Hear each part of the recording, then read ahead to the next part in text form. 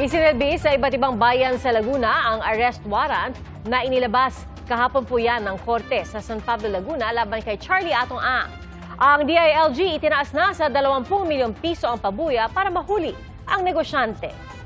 Saksi si John Consulta. We are increasing the bounty for Atong Ang to 20 million pesos for information leading to his arrest. Seryoso. Dinoble na ng Department of the Interior and Local Government o DILG ang naunang 10 milyong pisong pabuya para sa ikadarakip ng negosyanteng si Charlie Atong Ang. Tinutugis pa rin si Ang dahil sa mga kaso ng pagkawala ng mga sabongero.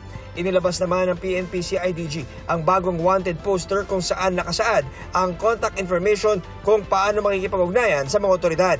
Kung tinatanong nyo kung saan nanggagaling yan sa mga confidential funds provided to the PNP at saka sa DILG. Walang walang GPP atos dito Totoong tao babayaran namin dito. This would actually attract more informants to participate and cooperate. Talagang seryoso ang batas na maaresto ang ating akusado.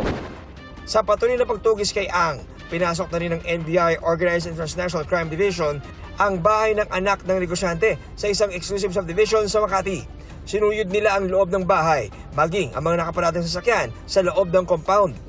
Mga kapuso, nagnegatibo doon sa unang bahay na pinuntahan. Pero nandito ngayon ang mga ahente ng NBI sa ikalawang bahay na kung saan ay kabilang pa rin sa kanilang target na tingnan. So sa ngayon kasama na nila itong mga abogado ni Charlie Atong Ang at pati ilang mga abogado rin sa ibang law firm para sama-sama daw na tingnan itong bahay na to. Para tiyaking wala makakatakas sa likod ng bahay, gumamit din ng drone ang mga otoridad. Pero bigo silang makita si Ang sa dalawang bahay na kanilang pinuntahan. Ang hawak nilang warrant, hiwalay pa sa bagong warrant of arrest na inilabas naman ng San Pablo Regional Trial Court Branch 29 sa Laguna kahapon para sa non-bailable na mga kasong serious illegal detention at kidnapping laban kay Ang at 5 pang kapwa niya akusado. Kaugnay naman ito ng pagkawala ng master agent na si Ricardo Lasco nang damputin ng mga armadong lalaki sa kanyang bahay sa San Pablo. Wala pang pahayag ang kampo ni Ang kaugnay ng bagong arrest warrant. Kanina, nagpunta ang CIDG sa mga farm ni Ang sa Siniloan, Pangil at Santa Cruz, Laguna para isilbi ang naturang warrant. Pero di tulad ng unang pagpunta roon ng mga operatiba, naging mahigpit ngayon ang kanyang mga gwardya at limitado lang ang piniyagang makapasok sa compound. Di rin piniyagan ng media na pumasok para mag-cover. Nagkaroon din ng pre-trial conference sa Santa Cruz, Laguna.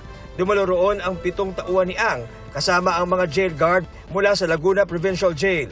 Hindi nagpaunlak ng payag sa media ang mga akusado maging ang kanilang mga abogado.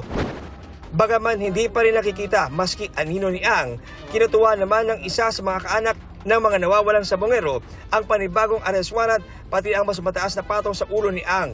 Sana naman may mga tao na may mabubuting loob na magturo na para naman kay Atong Ang. Sana naman lumantad na po kayo. Maawa naman kayo. Para sa GMA Integrated News, ako si John Consulta, ang inyong saksi.